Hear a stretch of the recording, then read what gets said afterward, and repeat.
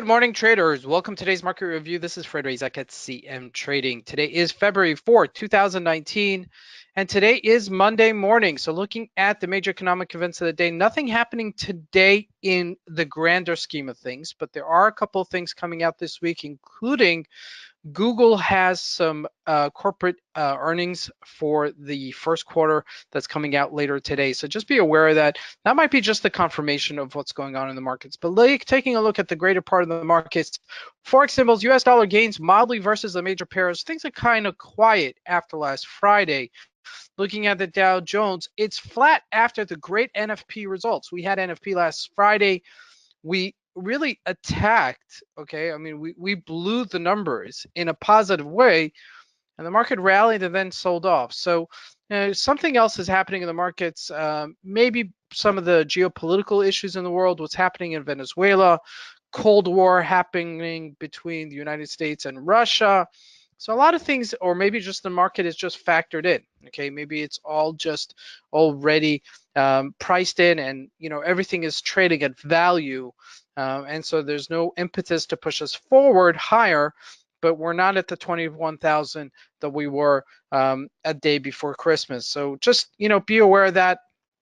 Looking at the commodities, gold retraces to 1312. Oil above resistance of $55 a barrel. We'll take a look at that. That was a major presence that we mentioned last week. We wanted to break that resistance on the top side. Finally, we did it last Friday. Stocks, Tesla loves the range. We're going to see multiple opportunities. You could trade it Tesla between 289 on the bottom range and 300 plus on the top range. Beautiful trade there. But let's take a look at the markets and see what we can expect from today's trading. So we're jumping into the Euro USD, and like we mentioned before, we hit the high of 15. We're right now trading at 1440ish level, pretty much factored in. Okay, we're really between these two extremities, but it does look like it wants to go higher. Okay, so as long as we hold this 1440 level, we may see it challenging this 1481.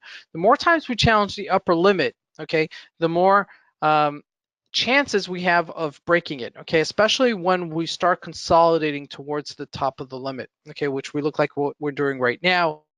As you can see, we've consolidated several times on above this 1417, 1440-ish level, okay? However, just be aware that we are still in a range, okay? So this may still sell off on the downside. Now, looking at the GBP USD, we also had a little bit of a sell-off there, 130.70-ish level, and we're just about support level there.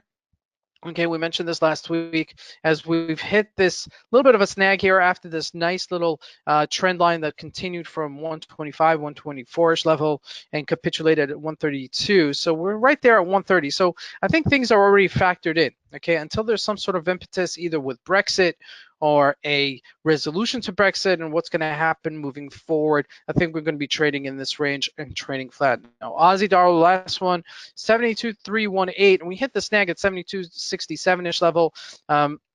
Again, things are kind of quiet right now. We're trading in a range. Okay, we've been trading in this range since November. So again, I don't see it, breaking out higher or lower anytime soon. I think until we see some sort of external impetus, some external force, I don't think that we'll be moving in either direction. Now, looking at gold, this is the first time we actually retraced this sharply. Okay, I can't believe we're saying that. 1325 to 1312.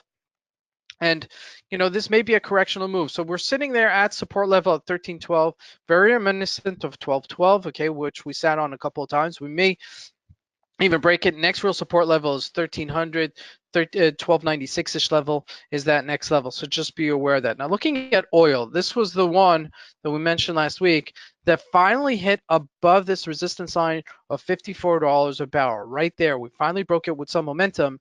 And the Dow Jones was normally trading in tandem. It was trading together with oil where it ceased to do that. Okay, oil breaking in higher, closing up higher. But if we look at the Dow Jones from last Friday, we'll see a massive move, okay, on the upside to 25,131. We're just touching it, okay, and not breaking it above. Okay, this is what I'm talking about right here. This was the number that came out, the NFP that came out last Friday, rallied quite sharply, quite nicely from 25,000, 24,964-ish level before they opened to 25,130, and then just tank. What happened there? Okay, so like I said, and like I mentioned earlier, there could be some geopolitical issues that we don't see behind, the background, that things are being factored in, and this is pretty much valued at this level. Now, I drew this downwards trend line, and we're right there. We just touched it last week at 25,004. So we may see a sell-off a little bit. Okay, we may see just a sideways trading for some time until some sort of impetus moves us either higher or lower. Let's take a look at that Google earnings numbers that are coming out later today. That actually can push us higher or lower for that matter, depending on some of these numbers that are coming out. Now, looking at the other markets, Apple, it's all factored in. 168, we retraced down to 166. Facebook, same story, just selling off after this big gap up last week, as we mentioned, with better earning results and the CEO mentioning that the outlook is very positive. Now, looking at Tesla, this is really the great one, okay, because this has really been trading so beautifully in a very volatile way. But if you look, this is the upper range and this is the lower range. And every time it hits it over multiple times, 289 to about 347 is where we've been trading between these two parameters. And every time it hits this area, great opportunity to buy, jumps to 311. Let's see if it does continue this upward momentum on the upside to hit this 347. Okay, it just seems with all the roller coaster or news events that come out on Tesla, no matter what, it's still trading within these two ranges. So someone is wanting this to happen, and as a trader, it's our opportunity to actually just jump on this wagon and take advantage of it. This is Fred Razak. I want to wish you guys a great trading day. Thank you.